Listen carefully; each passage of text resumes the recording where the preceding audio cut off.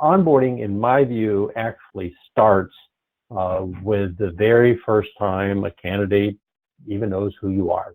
Now, some of what we're talking about is going to be then before someone actually accepts the job or we offer the job, but it's going to bleed into onboarding afterwards as well. So let's kind of dig into it.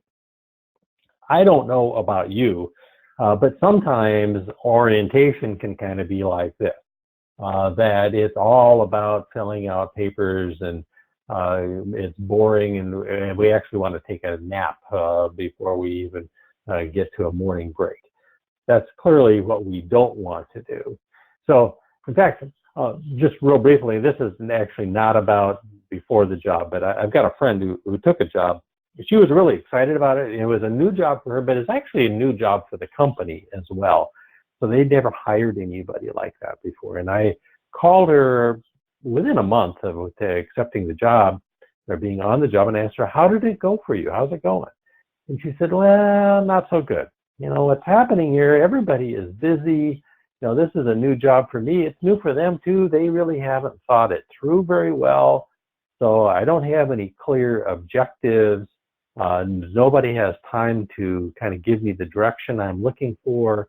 So I'm actually just kind of sitting in front of my computer trying to figure it out on my own. And it's quite frankly frustrating.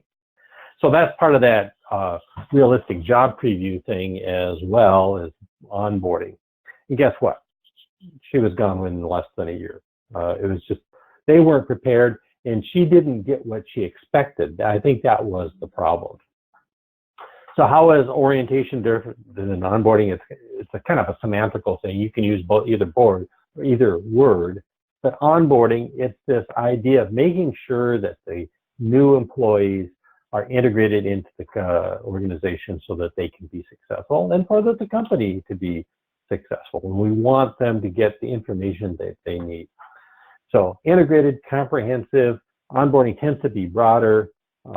Oftentimes we may want it to be technology driven and certainly employee focused. So that's the question we really want to ask, is not only what do we want this candidate or employee to know, ask also the question, what do you think they want to know and what do they need in order to be successful? So here are some of the outcomes that we are looking for with onboarding. First of all, we know that when we do a good job of onboarding, people tend to be more productive. They learn more quickly, they tend to be more engaged, more committed. They have clarity about what their expectations are. They get the training that they need. So as a result, they tend to be more satisfied, more efficient. And we know that when we do a great job with onboarding, that people are more likely to stay in the job because they are more satisfied and committed and engaged. So our turnover improves as well. So onboarding takes some time, some effort, some resources, but all of the data show that that is money well spent. We are at most risk with new people during that first year.